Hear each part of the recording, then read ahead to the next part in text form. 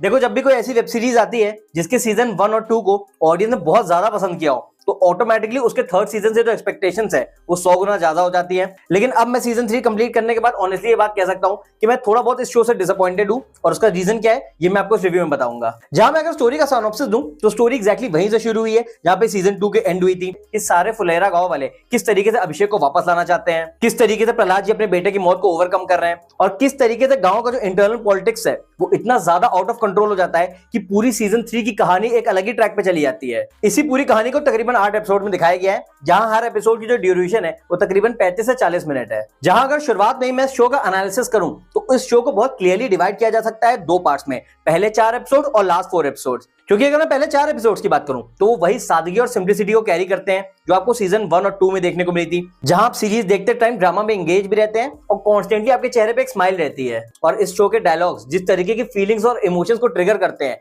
Literally बहुत सारे ऐसे सीन्स हैं जिसमें आपका हार्ट टच हो जाएगा। इनफैक्ट जो वीक हार्टेड लोग हैं वो कई सारे सीन्स में रो भी देंगे। इनफैक्ट मैं एक पर्टिकुलर एपिसोड को मेंशन करना चाहूंगा जहां थर्ड एपिसोड में एक लेडी को दिखाया गया है जो कि काफी ओल्ड एज की होती है और वो खुद का अपना घर चाहती है एक गवर्नमेंट की स्कीम के थ्रू। उस पूरी स्टोरी को थर्ड एपिसोड में इतना ज्यादा ब्यूटीफुल तरीके से पोर्ट्रे किया गया है कि वो डेफिनेटली आपको बहुत ज्यादा हार्ड हिट करने वाली है। इनफैक्ट जिस तरीके से वो एपिसोड एंड होता है, यहाँ पे प्रहलाद के कैरेक्टर का एक मोनोलॉग है और वो उस लेडी को समझाने की कोशिश कर रहा होता है कि जो घर होता है वो फैमिली से बनता है, ना कि ईंट और पत्थर से। उस पूरे सीन का जो एग्जीक्यूशन है वो इतना ज्यादा ब्रिलियंट है कि that is one of the most emotional scene among all the 3 seasons. और नॉर्मली जहां हमें हर दूसरी बॉलीवुड रोमांटिक फिल्म से यही शिकायत रहती है कि आज की जितनी भी लव स्टोरीज हैं वो ऑडियंस से कनेक्ट नहीं कर पाती हैं, तो वहीं यहाँ पे अभिषेक और रिंकी की लव स्टोरी जिस तरीके से लिखी गई है उसमें इतनी ज्यादा सादगी, इतनी ज्यादा मासूमियत है कि डेफिनेटली आपको उन दोनों कैरेक्टर से प्यार हो जाएगा। पंचायत की सबसे बड़ी खूबसूरती यही है कि प्यार को दिखाने के लिए कोई भी वल्गैरिटी या इंटीमेसी का यूज नहीं किया जाता है। लिटरली स्पीकिंग दोनों कैरेक्टर्स की लव स्टोरी दिखाई गई है और शायद 3 सीजन होने के बावजूद भी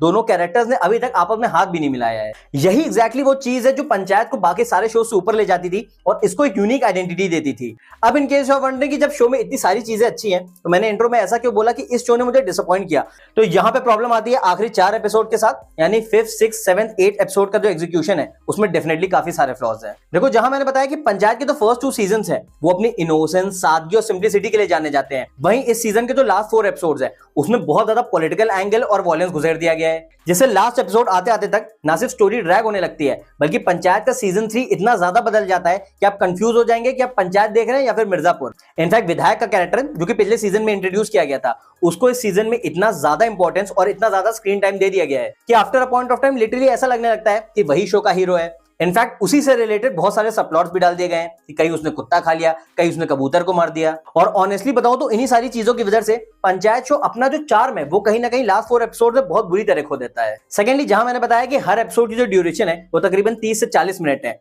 तो कुछ एपिसोड तो बड़े आराम से निकल जाते हैं, आपको काफी ज्यादा एंटरटेन भी कर देते हैं, बट वही एट द सेम टाइम कुछ ऐसे भी एपिसोड्स हैं जो आपको बहुत ज्यादा खिंचे खिंचे और ड्रैग महसूस होंगे। और इसी वजह से इस सीजन के खत्म होते होते तक मुझे थोड़ी बहुत ऐसी फीलिंग आ रही थी कि इस सीजन को अननेसेसरली बनाया गया है। ऐसा लगता है कि मेकर्स का जो इनिशियल प्लान था वो 2-3 ही सीजन निकालने का था, लेकिन क्योंकि इसके पहले दोनों सीजन को इतनी ज्यादा एप्रिसिएशन मिल गई तो इस वजह से मेकर्स ने सक्सेस को रेप्लिकेट करने के लिए और कई सारे और सीजन बनाने के लिए इसमें बहुत सारे कैरेक्टर्स डाल दिए हैं। स्टोरी भी अपना ट्रैक लूज करते हुए पता नहीं कहां से कहां पहुंच चुकी है। ऑल्दो क्योंकि इस शो का जो क्लाइमैक्स है वो थोड़ा बहुत हाई नोट पे एंड होता है और आपको सॉर्ट ऑफ एक क्लिफ हैंगर वाली फीलिंग देगा, तो ओवरऑल आपका एक्सपीरियंस एक डिसेंट वाला हो जाएगा। लेकिन डेफिनेटली इससे जितनी भी एक्सपेक्टेशंस थी उसके मुकाबले डेफिनेटली फॉल्स शॉर्ट। बाकी जितने भी एक्टर्स हैं उन सभी का काम बिल्कुल ब्रिलियंट है, एक भी ऐसा एक्टर नहीं है जिसको देख के आपको ऐसा लगेगा कि वो एक्टिंग कर रहा है। और सच बताऊं तो एक्टर्स की कोई गलती है ही नहीं, हर एक्टर ने अपना 100% दिया है। जो भी प्रॉब्लम है वो सिर्फ और सिर्फ लास्ट 4 एपिसोड की राइटिंग के साथ है। तो ओवरऑल पंचायत का सीजन 3 मुझे एक डिसेंट वन टाइम वॉच लगा। जैसे कि मैंने कहा, पहले 3 से 4 एपिसोड जो है वो काफी अच्छे हैं,